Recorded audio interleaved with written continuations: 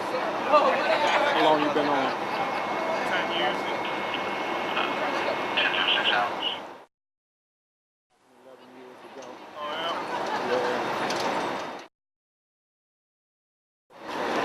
Okay, this one's for the House, the other one's for the Senate. This is House. This is for the House. Okay. This is for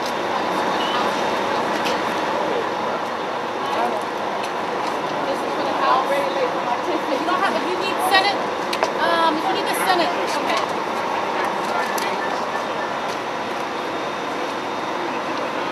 Is anybody really on the House visit? We tried.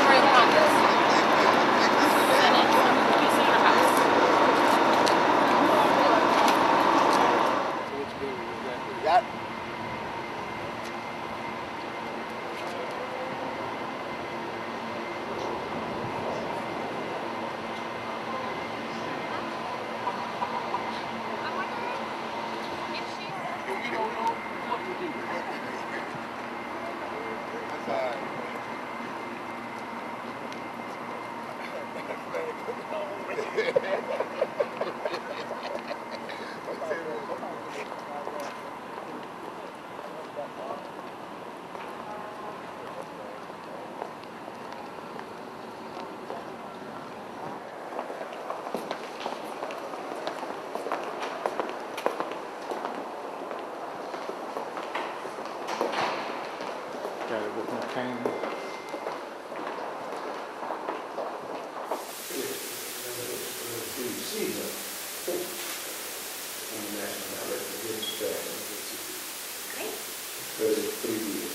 Oh, wow.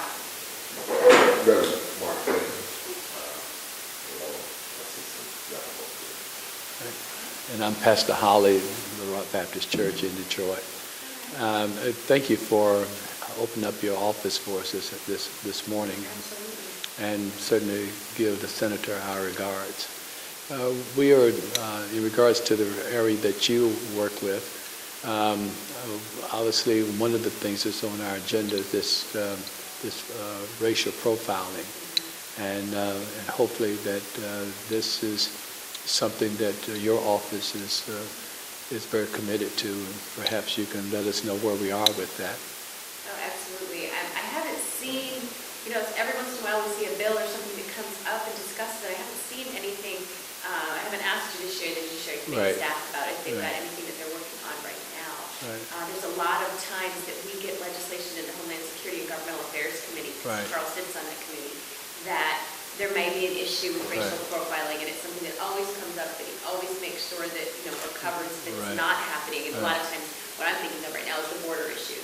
So we're talking about, passport issues and border crossings, and making sure that, that those bases are covered, and that DHS has the offices, which sometimes we're not so sure they're strong enough, but to be furthering the policies of, that we need to prevent racial profiling.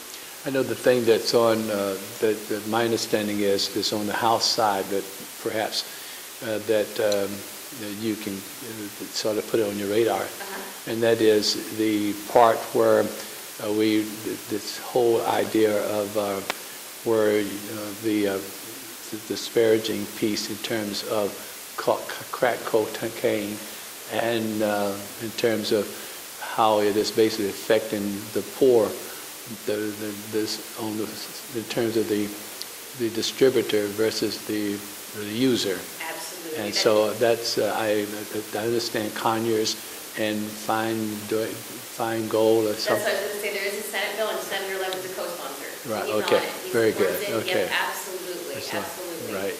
And it is good. We're hoping that something can be done this year. It's been, as you you know, Senator Biden introduced it in the past, and we were co-sponsor then. And it's good to see it back now. We're hoping that we can actually get it moved this year. So we're working with those staffs and all the other co-sponsors, but he is on that bill and he supports it. That's good. And then, of course, the other is this, that we're very grateful the work that you are doing in regard. I just wanted to say thank you. And we'll also have some letters coming to the office saying thanks in regards to the health bill. And, of course, hopefully that it comes out better than the way it looked like that it's going in. Going out, coming out better. Hopefully it comes out better than it's going in, and the public auction piece. And so we wanted to say thank you for the work that's been done in regards to that.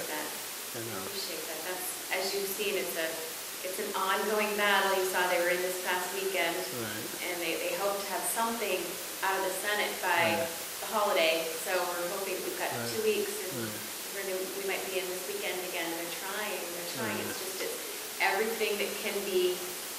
The other side is delaying it, so everything's taking a lot longer than it probably should take. But you know what I see is these folks are pretty dedicated to getting something passed. So and there's a lot of strong-willed senators on both sides. So we're trying very hard to work something out because we know it works.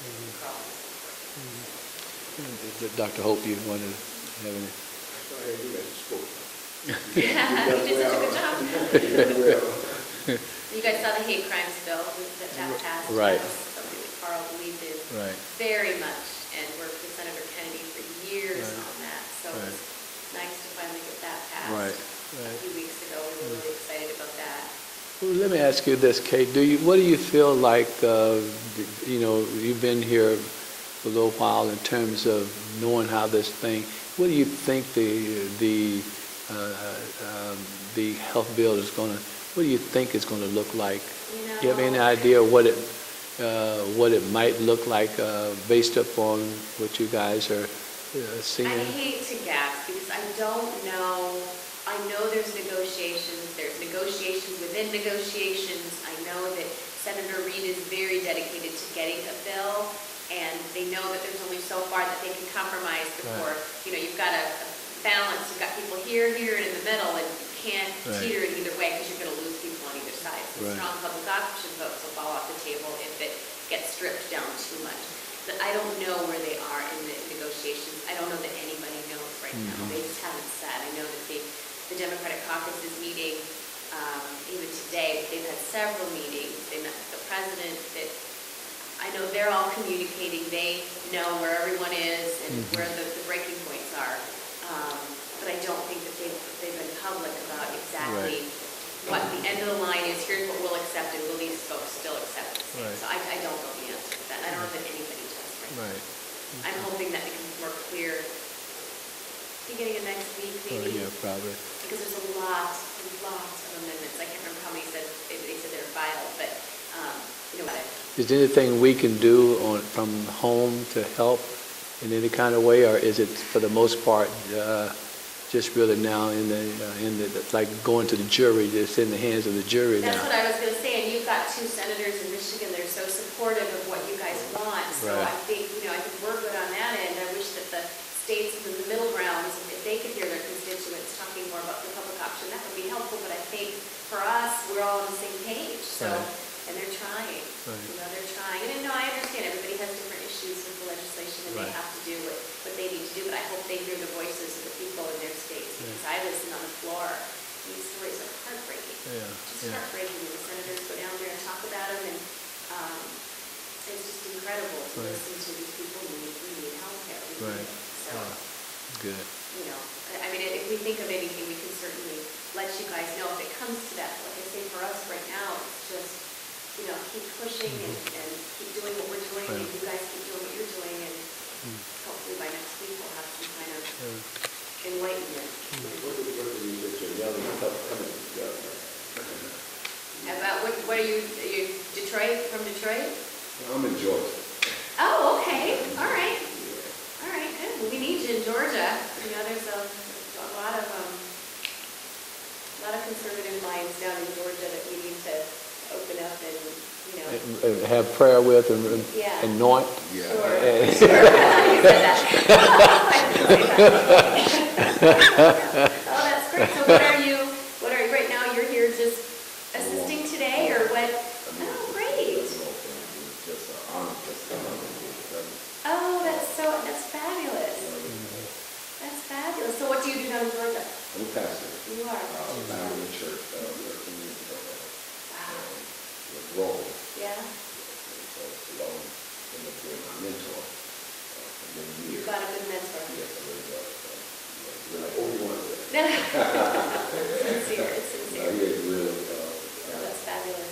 very great impact on my life.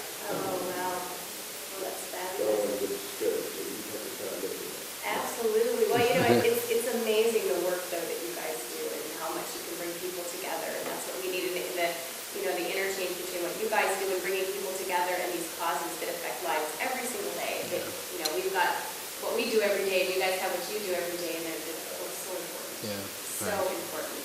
And they make a difference. They really make a difference to unify the voices, and so that these folks are here, what people need and what people want. It's so important.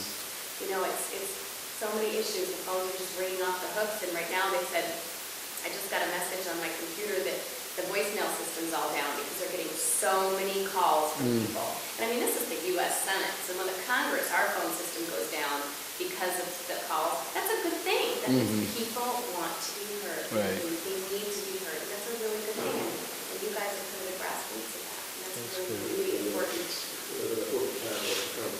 We have a national religious leadership summit. So we have people represented here today from all over the country. And it's sort of wise that we come to the house. Being fabulous. We come to the house and those who are in the house. Yep. We have us outside the house. Yeah.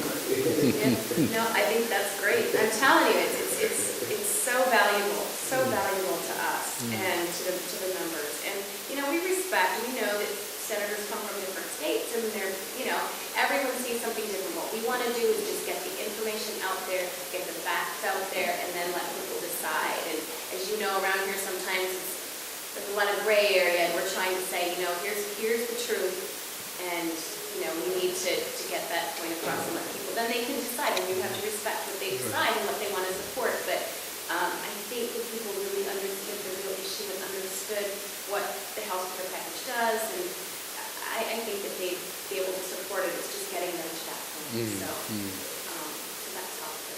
And your voices are so helpful. Yeah. So helpful. So we have ministers meeting with people who are basically who's opposing it, and so we hopefully that their voice, as they listen and give them again firsthand what's going on in our congregations and in our churches in terms of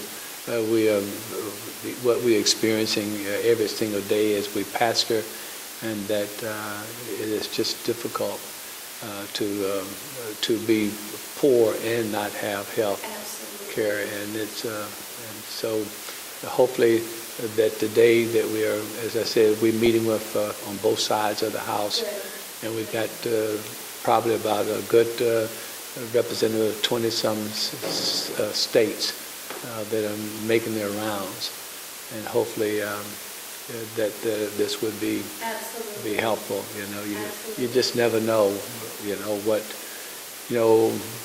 what can come of it, but it won't be because we're not trying. Just listening. Yeah, just saying, right. okay, just tell me what you think, and then we can talk about it. Right. At least we're talking. Right. And that makes all the difference in the world. Right. All the difference in the world. So you've gone up to Detroit to go visit. Have you been to Detroit? Yes, I did. All right. I love Detroit. I'm from Ishpeming, which I bet you don't know where Ishpeming is, but Ishpeming's in the UP up by Marquette. So I'm a Uper, but That's where the money is. yeah, that's right. Absolutely. Yes, for all of it is. That's where they're hiding the snowbank, I guess. But, What's the name of it again? Ishpeming. Issue. By Nagani, by Marquette.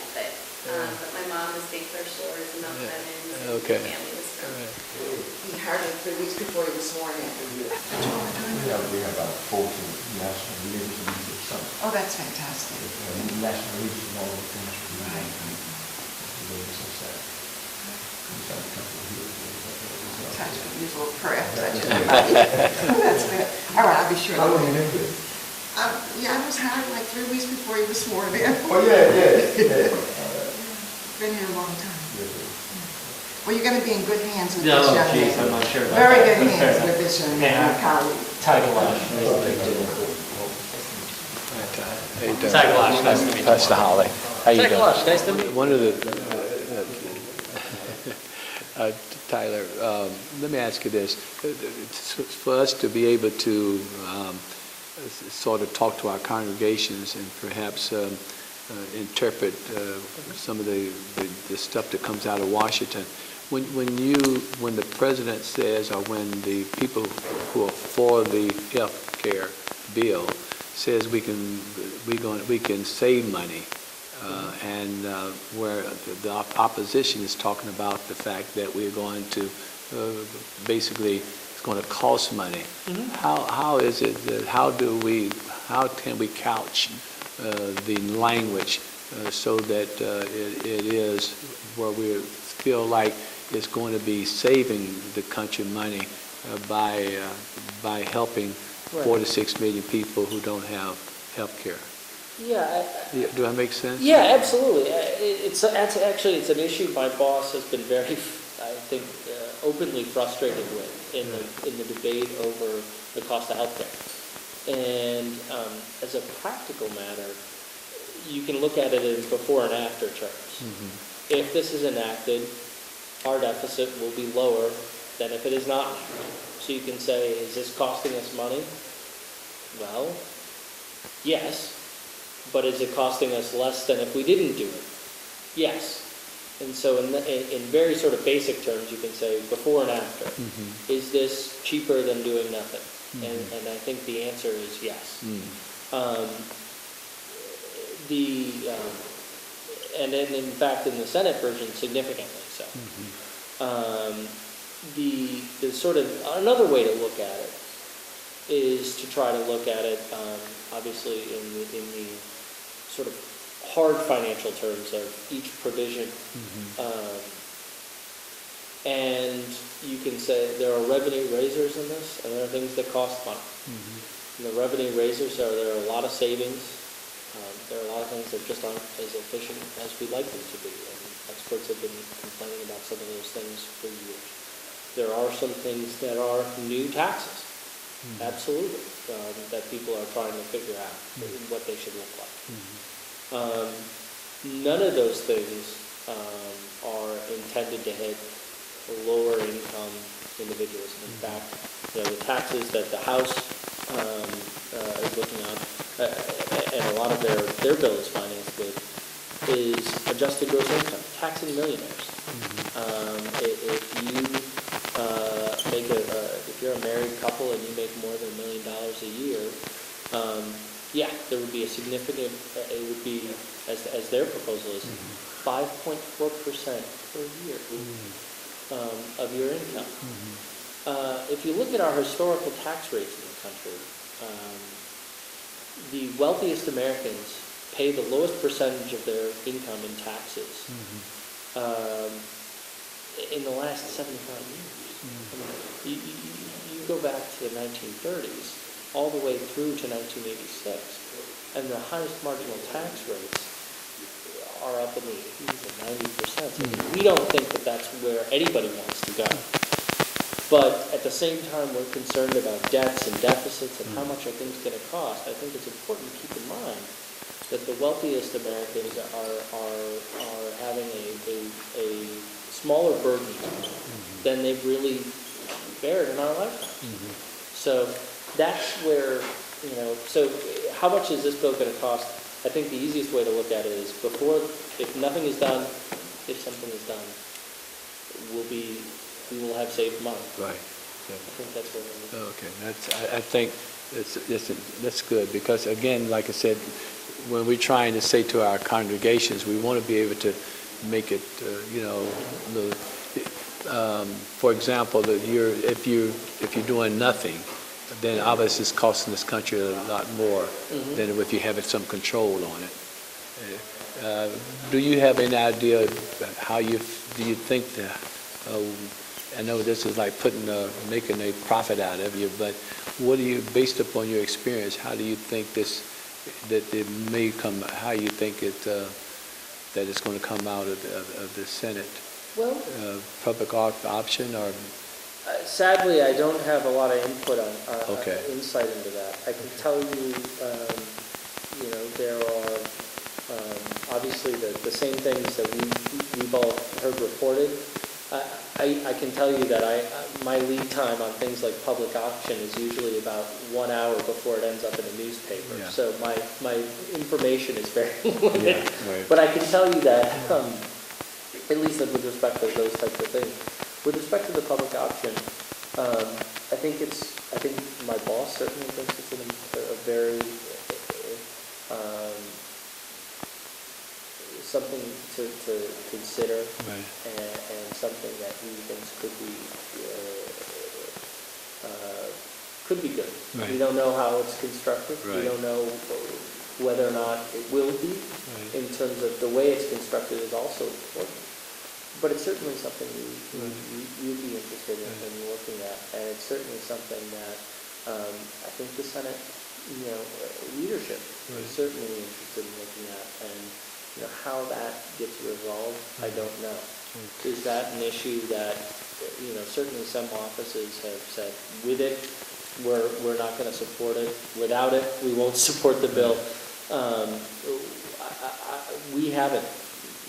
My boss hasn't made one of those sort of declarations, because I think you have to know what it is Right. before you Yeah. before you talk about whether or not it is the single most Gotcha. important Yeah. result. Let me just finally ask, in terms of bringing it a little home, are you from Michigan? Sadly, no. My Okay. boss was willing to look past my New York upbringing. Okay. Is there anything on the horizon in terms of helping a city like Detroit from a financial standpoint, since you're into financing? Is there anything that you feel like that based upon your radar that can help, that's planned on helping? Yeah, absolutely. I mean, it's both a local issue in terms of helping Detroit, and it's also a state issue. Right. And an awful lot of states and an awful lot of cities, large and small, Right. and Detroit being one of the largest. Right. There's some real concern Right. over financial health. Right. And, there's the CDFI programs, new development programs. But there's also, at a very basic level, just supporting the state and local governments. Right.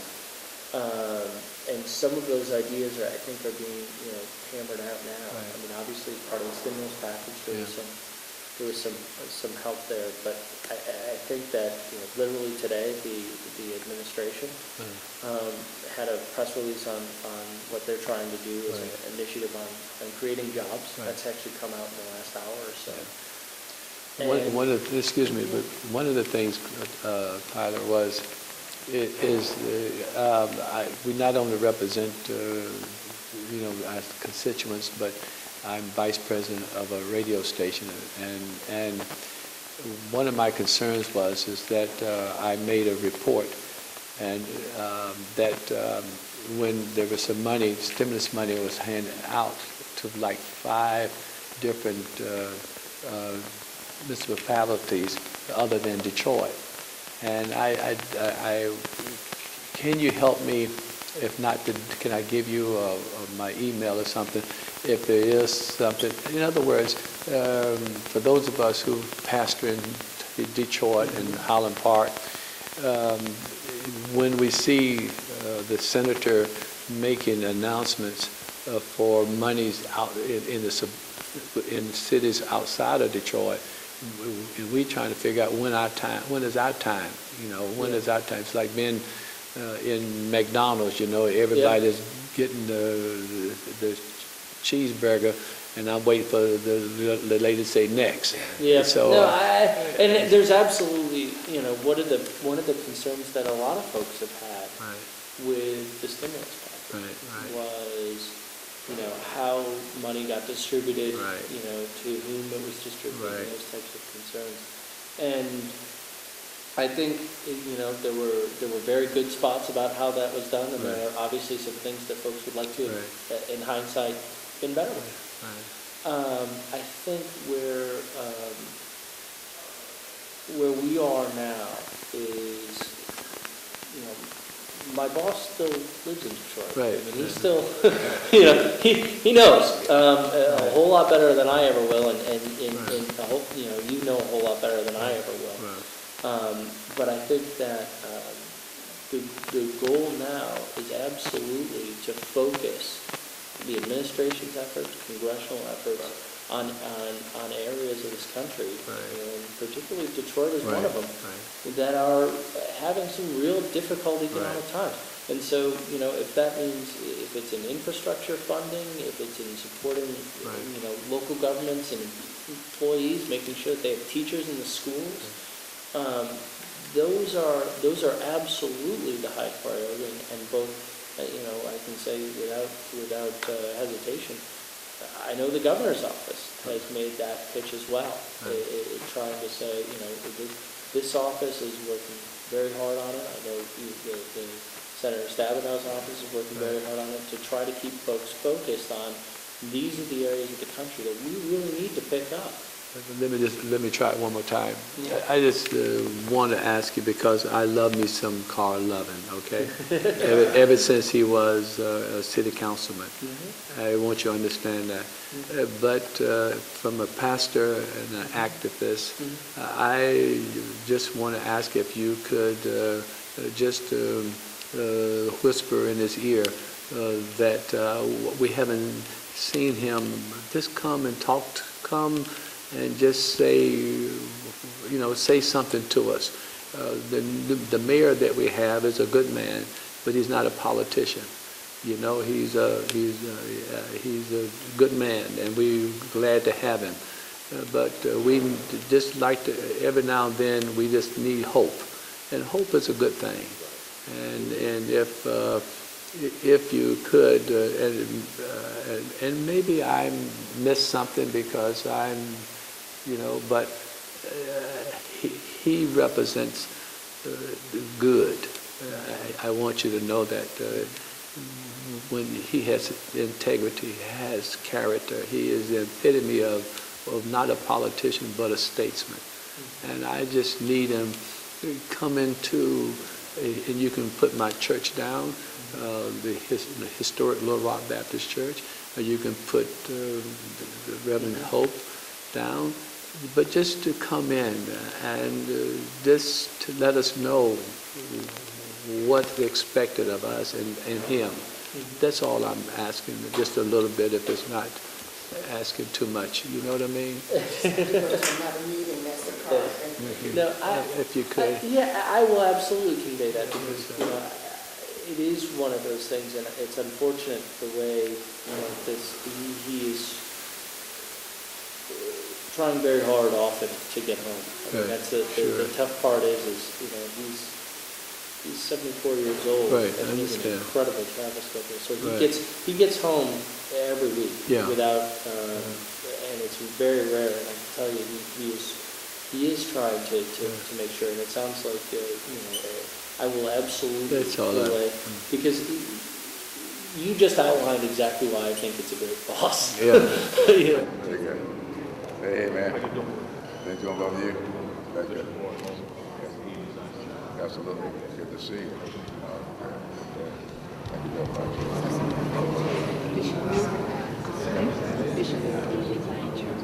Very good. This is member of National Illinois. Hey, how are you? Thank you both. Thank you. Before we get to vote for it, because we have 4 votes, which means that the other members will have probably come over after this. So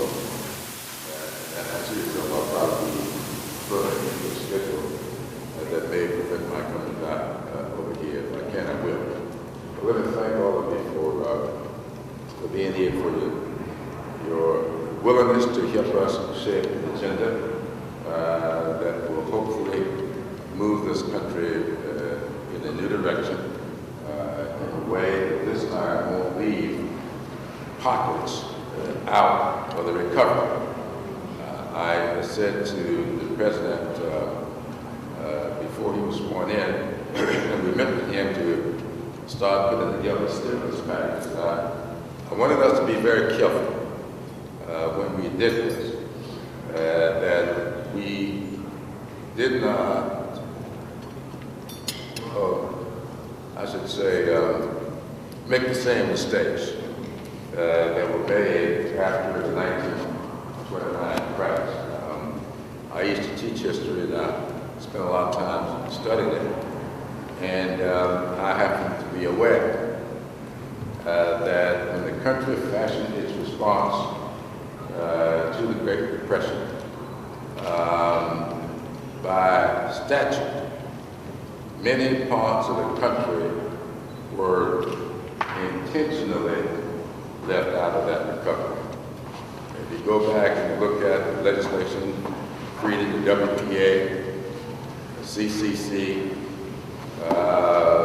these pieces of legislation that Franklin Roosevelt championed did not reach African American communities by design. And one of the things that I am very cognizant of, we just spent about 90 minutes this morning talking about this new jobs bill that the president is now speaking to the Brookings Institute, calling for a new jobs bill, calling for a new attempt at modifying mortgages, that we not do this in such a way that communities that you and I are particularly concerned about are left out of this process. If you look at what is happening on Wall Street as a result of what we did at the top, they're now over 10,000. Dow Jones is closing every day, over 10,000. And I remember when it got to 9/6, I was sitting in a meeting in New York, and all of us were around a long table. It was at GE Financials. And the Dow had gotten up to 9/6. And one of the gentlemen in the room said, "We are back. We are back." Well, the interesting thing is I had caught a plane that morning to fly up to New York from South Carolina.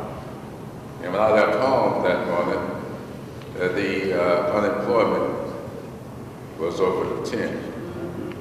In fact, it was up around 12 in South Carolina. I said, well, gentlemen, you all may be back. Right, right. But the communities that I represent are not back. And so what we've got to do now is take some of this TARP money. It's now coming back. Bank of America just announced that it's going to repay $45 billion. Others have repaid. There's around $200 and some odd billion that have come back into this TARP from Wall Street. We use it to bail Wall Street out. Now you take this money and use it on Main Street. Amen. And that's the kind of stuff that we're trying to see here in the next couple of days before we go home for the holidays. I would love to be home now. I'm supposed to be out of here 4 weeks ago. It looks like we won't be going home for a while. So we're going to get this done, and I want to thank you all so much. The majority whip, who is my leader, and I know that the speaker is en route, so I'll speak very fast, but I did not want to miss the opportunity to come when the NAACP speaks or comes. I stand up and salute and thank God for you. And so I am here to thank God for you and to count you as our partners in this challenge, in this journey, in this walk on the Jericho Road. I know when I come into a room of Good Samaritans. So along with my good friends, Claudette and Hillary, I am here for the Amen Corner. Let me quickly try to point you where I'm going. And in addition to saving the lives of grown-ups and parents and our members and parishioners, we have got to save the lives of young people. And so as a member of the House Judiciary Committee, I want to point you pointedly to this peaking crisis of youth violence. I'm sure that every one of us can count an incident that we will open our mouth and say, why?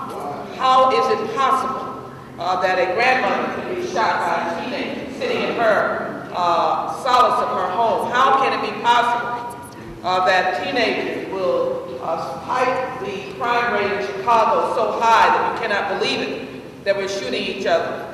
And so I don't think we can sleep one moment without addressing the question of youth violence. Otherwise, the employees of the next generation will not exist.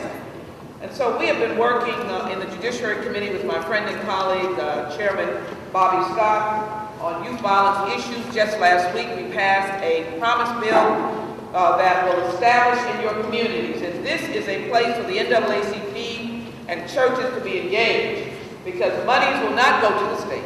Monies will not be lodged in the corners of the federal government. They will come to communities to seek best practices. What are you doing at work? We want to support it and we want to fund it. That is what the promise bill represents, and it is a leap of faith that I think is long overdue. We touch the hearts and minds of children by working through youth. So 501c3s and collaborations through the NAACP can work. We'll be looking at mental health issues. We'll be looking at mentoring issues and fathering issues. Many of you know we're also looking at a support fathers or a new reformation of how we treat the whole issue of fathering, legislation to be passed.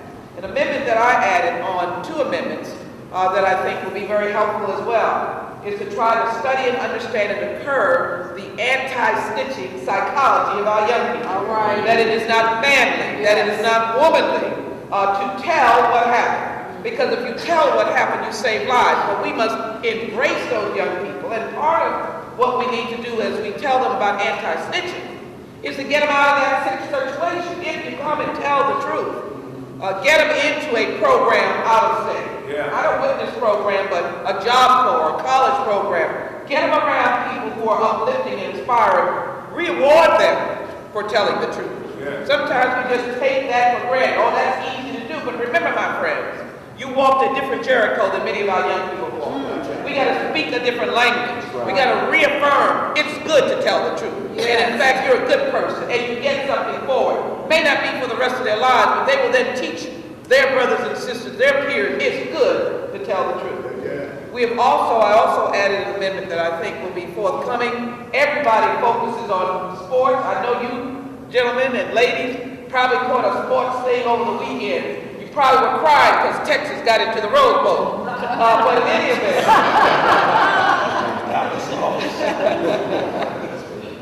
but what I would say to you is that we have now put in language to encourage the National Sports Organization, NFL, the NBA, the Major League Baseball, soccer, and others to get actively engaged in getting in the way of youth violence. Now, we know we see a lot of good ads about the NFL visiting hospitals and doing a lot of good work, but I can think of a group of young men, particularly in this instance, across the sports spectrum, that could find their way in a program that specifically focuses on talking the language of young brothers on the streets.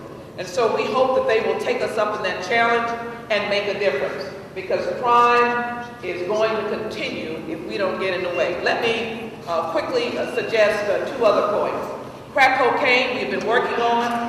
We have had legislation that I offered that had drug courts, rehabilitation, harsh penalties for drug court cartels, and had the support of the NAACP. We're proud of that. But we're moving a bill now that we hope will get the light of day, that will end the disparities between crack cocaine so that we can get people in treatment, we can get people back to their families, and address that question in a way that they don't turn to a violent way, that is not the end of their life, it may be the beginning, that they can turn the corner.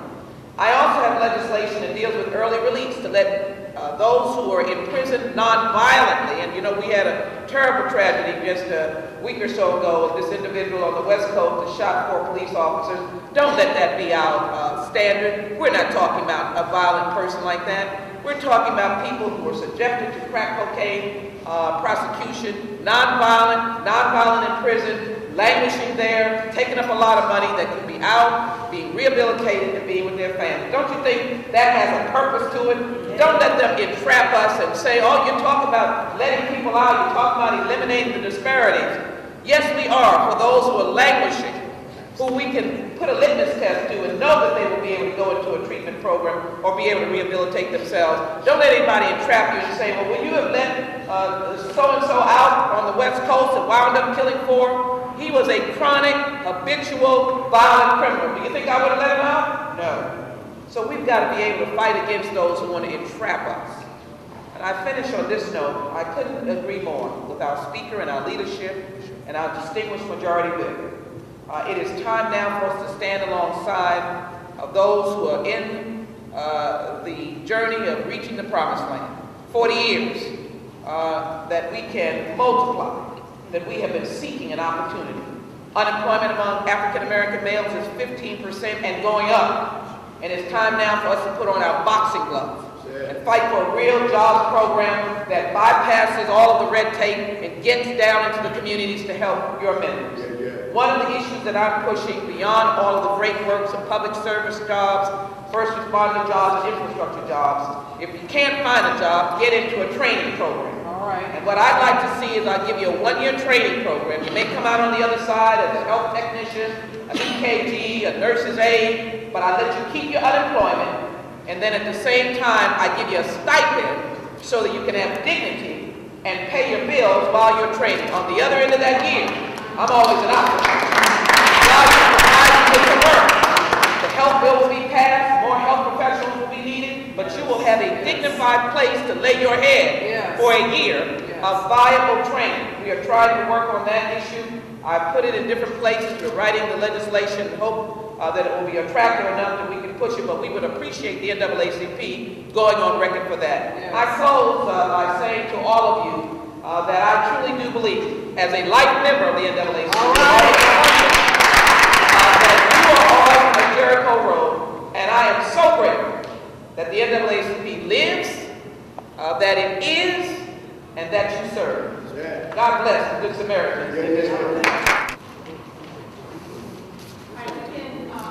Speaker has to get back for a vote, and so if you could please, when we get started, I'll do the introduction while you are getting a photo very quickly.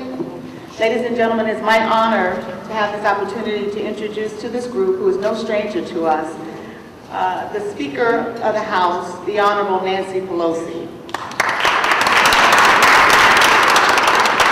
She hails from the 8th Congressional District, which includes most of San Francisco, valiantly against a ban on federal funding for needle exchange programs, which are proven effective in preventing HIV and AIDS. Sadly, this battle continues to be fought, and we are certainly glad to have her on our side. Let's give her one more big round of applause. Ladies and gentlemen, it is indeed an honor for me to present a longtime friend and ally of the nation's oldest and largest civil rights organization, but also a woman who is proud to be a Golden Heritage member of the NAACP. Please welcome the Honorable Nancy Pelosi.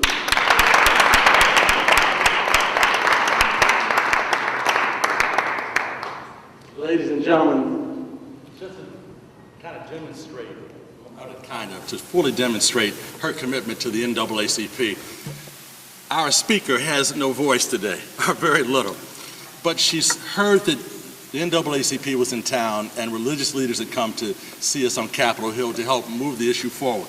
So no one can actually speak for the genius that is Nancy Pelosi on Capitol Hill, but I want to say just a couple of things, if I might. Whenever I go to see Leader Pelosi, she always reminds me when I ask for anything on behalf of the NAACP, she says, first, Hillary, you know, I get it. Very well, I'm a lifetime member of the NAACP. I'm very proud of that, and I fully get it. As a matter of fact, when it was time for us to celebrate our 100th anniversary, she said, I'm going to come and be with you guys in New York as we celebrate 100 years of my organization. But to show you how committed I am as well, in addition to everything she does for us, and let me digress for just a second and say, The real issue for us is how members of Congress vote on the issues that are priority for the NAACP. How they vote. They can talk the talk, but how they vote is what's most important for us. When Nancy Pelosi comes up, she's not just talking the talk that I'm an NAACPer, a lifetime member, I'm the Speaker of the House. She's talking the talk and that she has voted with the NAACP 100% of the time that she's been in the U.S. Congress. When she became Speaker, everybody, including kings from, quite frankly, from Middle Eastern countries, wanted to meet with her. But she said, I want to meet with the NAACP first. And we went and sat down. Lorraine Miller, who will be here, was, as a matter of fact, one of her chief executives at the time, said, come on by, the Speaker wants to talk to you now. He wants to make sure that your issues are front and center. And she said, Hillary, I know you want to do racial profiling, count on me. She said, Hillary, I know you want to make sure we increase funding for students to be able to go to college. We're going to cut back on the finance charges for student loans, lower the interest rate, and make sure every child has an opportunity to get a good education. And then we're going to move to increase Pell Grants, because I know 75% of African-American children receive 100% Pell Grant, 95% receive some kind of Pell Grant. I got your back. She said, when it comes to issues like crack cocaine disparities, we're going to support it. It's going to be hard, but I'm willing to lift it up and do it. And finally, most recently, Lord have mercy, show you the genius in this leader. It was time to move something as cantankerous, something as challenging and divisive as health care reform in our nation. But when we went to our Speaker and said, now's the time, she said, I'm way ahead of you. The House moved first, passed the bill, included our public option. We are so grateful for the leadership of Nancy Pelosi. Ladies and gentlemen, our friend, our leader, Nancy Pelosi. I have no voice. Let's see what I can do, just in 1 minute. Hillary is my friend. He is a great representative for all of you in Washington, D.C. Thank you for your leadership. Please. Rosalind, where's Rosalind? I had the honor of being on the program with Rosalind this year at the NAACP meeting in New York. We're so proud of the new young leadership.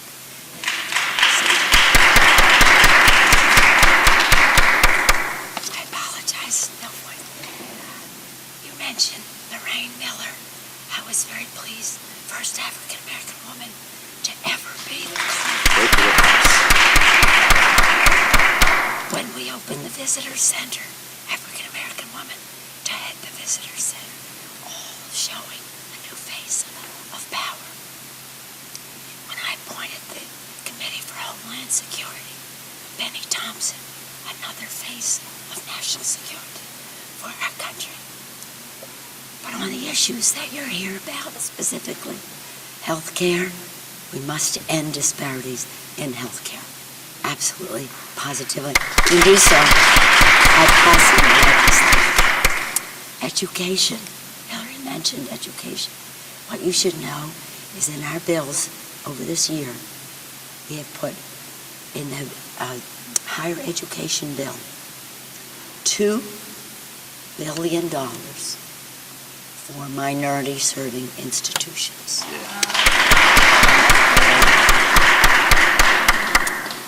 Fairness in sentencing, it's been an issue for a long time.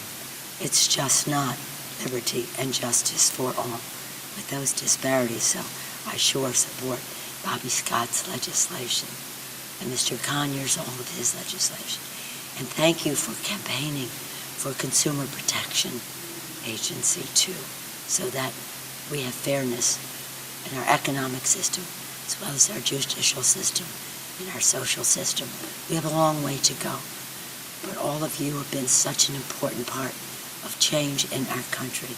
And with our new president and with the enthusiasm of the House of Representatives, we know that the Senate will pass the energy bill, the health care bill, the education bill, will join us with truth, fairness in sentencing.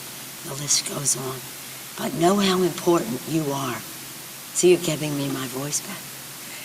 How important you are being here on the Hill and making the visits, not only personally, but on behalf of NAACP, to the members of Congress, House and Senate.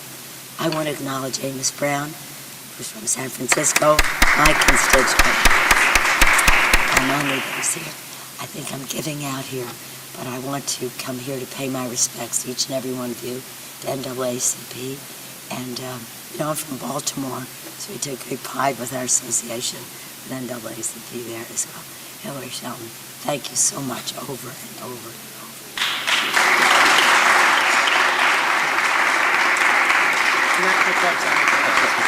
Let's thank our speaker. Thank you so much for your great leadership. We had a chance to meet another one of our champions. Ladies and gentlemen, Congressman Andre Carson.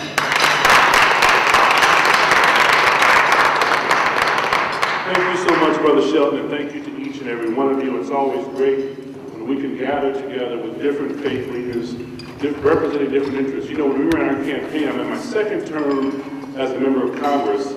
It took us connecting with Muslims, it took us connecting with Christians, Jews, Hindus, and even atheists. And so what was so critical to our effort, because I happen to be one of 2 Muslims serving in the U.S. House of Representatives, and what was so critical, it gave us an opportunity to connect with faith leaders. And what we found throughout our travels across our district and the state was that people are concerned about the same things at the end of the day. They didn't care about my faith as much as they cared about, what are you going to do about our broken economy? What are you going to do about our country who has already spent over $1 trillion in Iraq building roads and building schools when our own schools are crumbling? You probably hit a pothole on the way here today. But that's the kind of engagement that we were involved in, and I commend you, Brother Shelton, I commend the NAACP for your phenomenal work in bringing faith communities together and helping the American people. So thank you, keep up the great work. Assalamu alaikum, praise the Lord. What's up? Thank you. Wherewithal, he's also been able to pass legislation to begin to finally address the issue of what happens after you've been punished. What happens after you go to prison? We have over 2 million Americans in prison now. Over 40% of those are African American. We're 13% of the national population. As you know, that disenfranchisement comes along with incarceration is a punishment on top of the punishment. But indeed, he moved to address that issue and was able to get Democrats and Republicans alike to pass a bill called the Second Chance Act. Ladies and gentlemen, he has been our friend and our leader on so many issues because he has the wherewithal to do it. But I also want to say that because, quite frankly, it's dangerous saying it this way, because the woman he sleeps next to every night as well. She is a former NAACP branch president from the great city of Chicago. He is our friend, he's our champion, our friend, Congressman Danny K. Davis. Well, thank you. Thank you. Thank you very much, Hillary. Thank you very much. And let me just say that I am delighted. I've always been told that man does not live by conversation alone. And so I knew that there was some food here. And I decided that I would come and join all of you for a minute. But it's really so good to see so many outstanding individuals from around the country, and of course Chicago has no shortage of those. We get ourselves a national president or 2 every once in a while, and we always proud of that. Matter of fact, I see so many people until I'm reminded of the fact that I grew up in rural Arkansas, and my father was a man of great faith, and I remember one year that he decided he would take his mule to the Kentucky Derby, and being a little fella, I kind of tagged along with him. And when we got to Louisville, he asked someone how to get to the registration desk, and we went up, and he asked the gentleman if this is where you register for the Derby. The man said, well, yes, it is. I said, but what can I do for you? My dad said, well, I want to register my mule. The gentleman said, sir, please don't accuse me of being prejudiced or racist or anything like that, because I'm not really that. But this is a race for thoroughbreds. And don't you know, even if we were to let your mule in, he couldn't possibly win? And my daddy said, well, yeah, I know he'd have a hard time. So, but I just wanted to know what it feels like to be in such good company. And so seeing all of you outstanding clergy persons and the NAACP. I got to know what the mule felt like. And I'm delighted to be here as you discuss and deal with some of the most pernicious issues that affect America. You know, African American males have the shortest lifespan in America. We die sooner than anybody else. And I just don't believe that the good Lord decided that I'm going to have this group die before everybody else. And so health is such an intricate need, and to see us moving in that direction.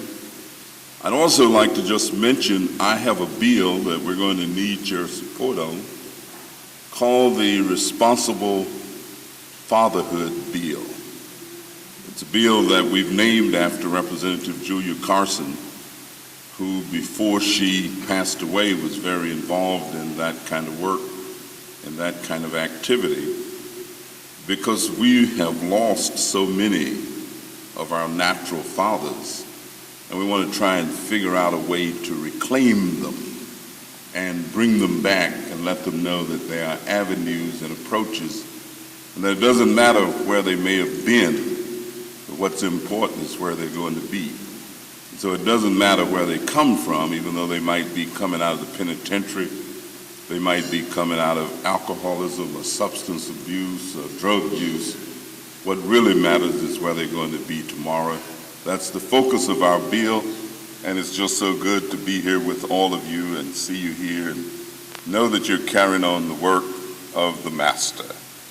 And I see my good sister is here too. She carries on the work of the Master in the AME Church, and then sisters in the Muslim faith, and we're just everybody. Thank you so much. It's a place where I found that one can truly, in a very significant way, impact not only the government, but you can impact the people that the government is supposed to serve. This is indeed, I view this, I'm a pastor myself. I'm also one of the sons of Governor Stephen Thurston, who's my pastor. And I have found that this is a place where if you have your mind made up about your ministry and about God's people, then you can have a very significant impact on their lives. But you have to not be thrown off track, not be diverted by all the trappings of power and influence. Somewhere I read in Proverbs, somewhere that's where it says, if you are at the king's table and the king serves you a meal, you ought to cut your throat. And I find that to be true, because you cannot be consumed by all these trappings, or you'll lose your place and lose your focus. And therefore,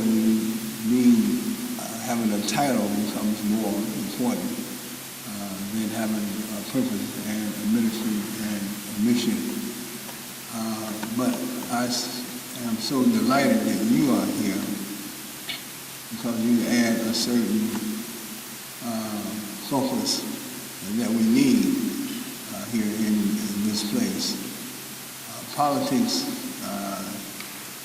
is, as you know, politics can be a tricky business. You can think that you are making progress, but you wind up and look around, you're only running in place. The TV cameras and alert of the titles and all the privileges and the perceptions of power can really take you off your game and take you off your focus. So I'm just delighted to be here with you. I know that this is a blessed day in the House of Representatives and in the Congress, and I have so many friends from Chicago who are here and other places who are here, and I am just delighted to be among them. But I can't say enough about our pastor, because he is almost a regular here. As a matter of fact, Pastor, we're going to take when we go back, we're going to find a space, put a desk and a telephone there for you, so you can just, because he's here working on behalf of not only his constituents, his members of his congregation, and members of the association, the conference, but he's also working on behalf of poor people throughout this nation, and people who need throughout this nation. So you're among friends here. I see my friend Eddie Towns, he's here, and others. So you're among friends, and you're among people who believe in the redemptive power of the Holy Spirit, and know Christ, and know them for well, at least I know it for myself. And so I don't have to be convinced. I'm already persuaded. And that's how I try to conduct myself. I want to thank you so much for being here and allowing me to fellowship with you. God bless you. Gentlemen, our good friend from the 10th Congressional District of New York, Mr. Adolphus Towns. Much, and I know that when you've had several people to make comments, you need to be extremely brief, because it will cut down on the chances that you repeat something that somebody else has already said. Plus the fact that I've learned something through the years, that people love brevity. Let me tell you how I found that out.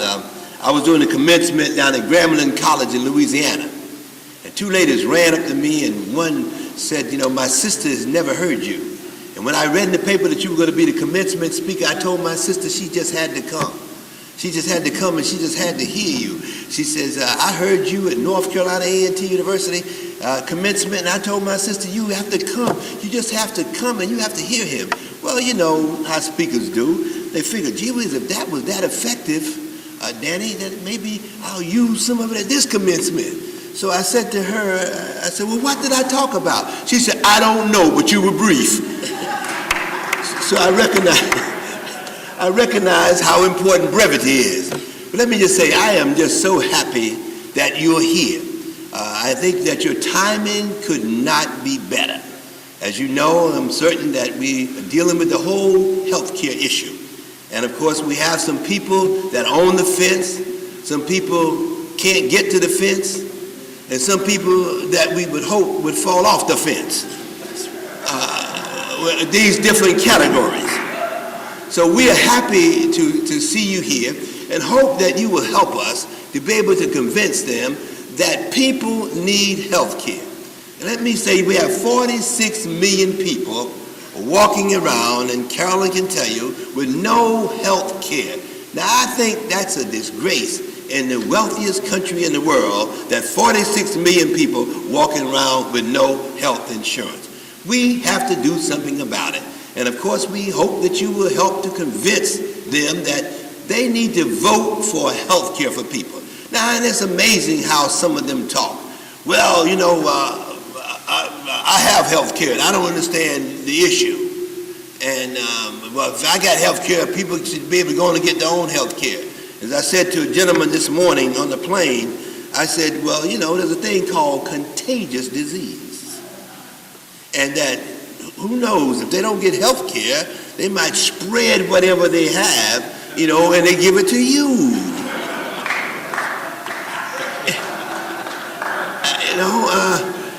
Think about the health care thing, I said to her. So I'm happy that you're here.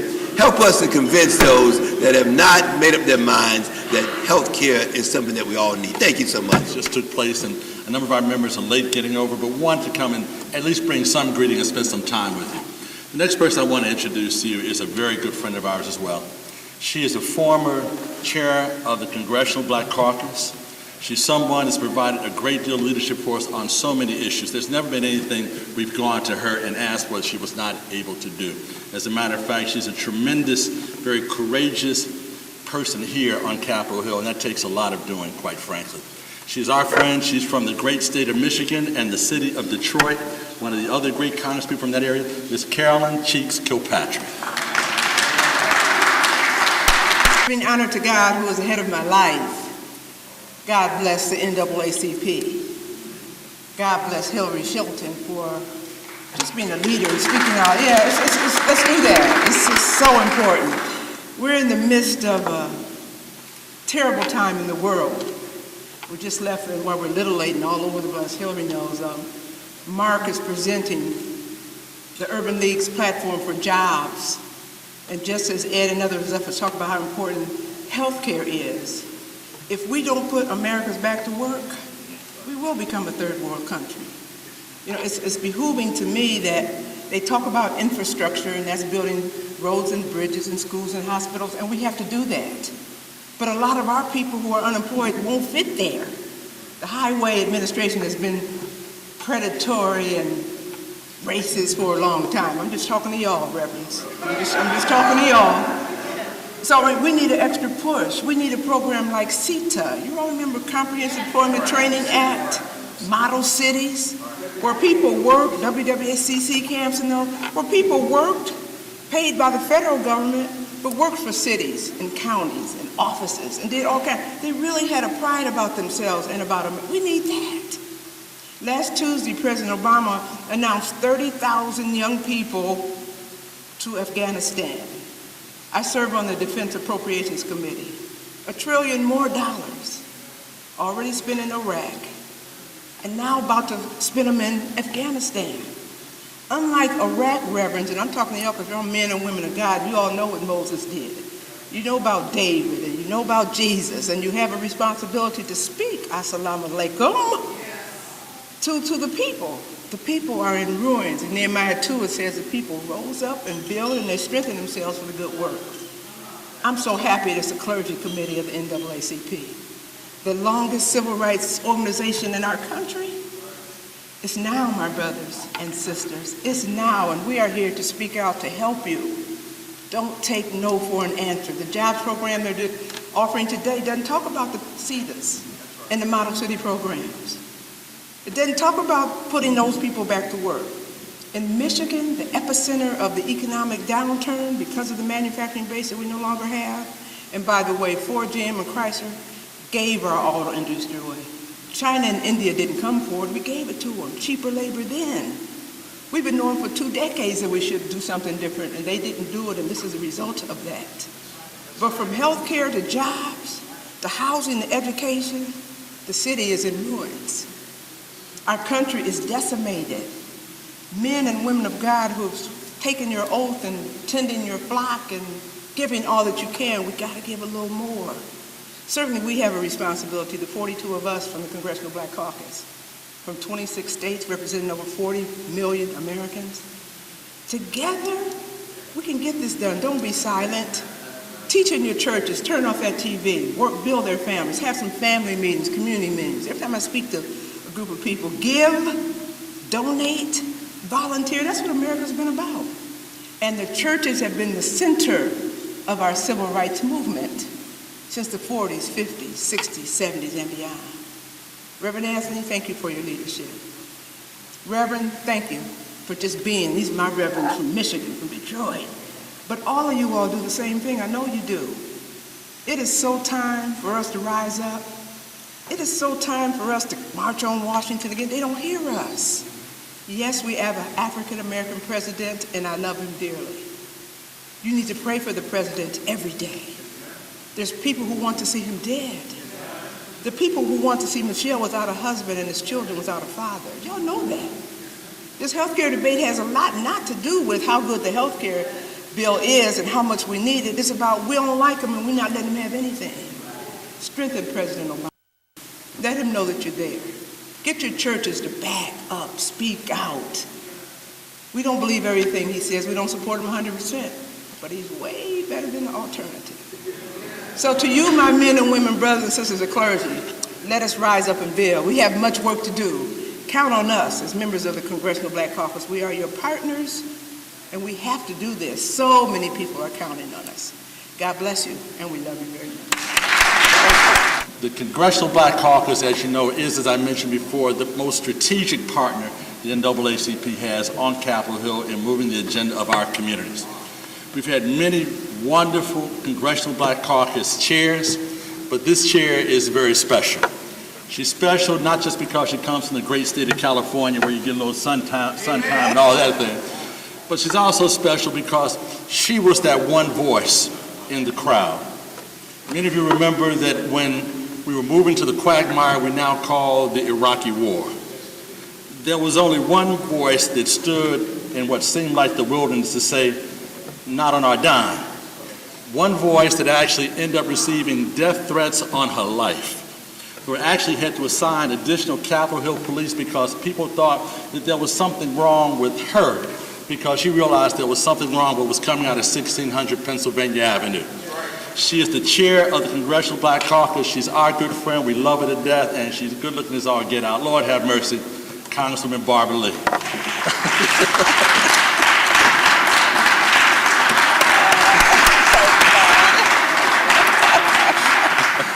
Thank you so much. Welcome. And Hillary, let me first thank you so much for your leadership, for that very spirited introduction, but also for what you and the NAACP and all of you do each and every day on behalf of the least of these. I grew up in an NAACP family in El Paso, Texas.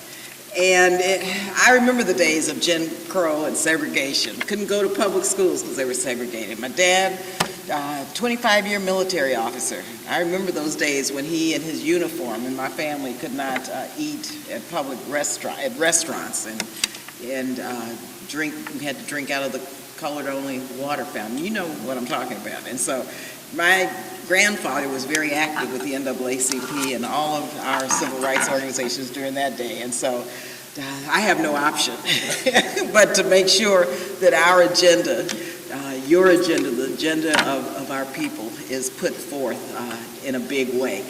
I have to thank you all, members of the clergy, for your support and for being the voice of reason and morality and conscience out there. The Congressional Black Caucus, of course, historically has been known as and continues to be the conscience of the Congress. But that's because we're people of faith and we understand what our moral and ethical responsibilities are as members of Congress. And so I have to thank you for your support and for your friendship and most importantly for your prayers, because we know the power of prayer here in a big way, especially during these very challenging times. I apologize for being late, but what we're doing now, of course, is developing a jobs bill. And as chair of the Congressional Black Caucus, I insist that our African American leaders have a voice at the table. Mark Morial was just briefing our Democratic caucus, the Urban League. You know, Mark chairs the Urban League, and the Urban League, along with our Black Leadership Forum, NAACP, we have a specific proposal to present to our leadership to create jobs. Because we know if we don't do that, no one else will. And so Mark was at the Democratic caucus briefing members with regard to the Urban League and our community's aspirations in this jobs bill.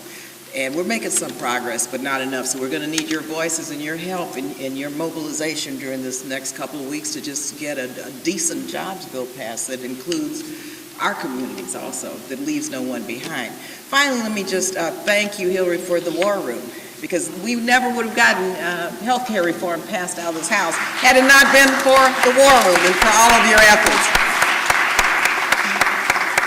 And that's an example of the kind of war we're in. We have to do this on behalf of our people. Health care reform is so critical, and now it's in the Senate. I worry about what's taking place in the Senate, so the war room has to engage now in another battle. And we'll be there with you once again, because the voices of our African American community, clergy, our civil rights organizations, your voices do not go unnoticed, and so we've got to beat that drum really loud right now. And I want to thank you for being here on Capitol Hill, welcome you, greet you, and if there are any of you from California, hello. I come from Oakland, Berkeley, California, the 9th Congressional District, born in El Paso, Texas, though, so thank you again, God bless.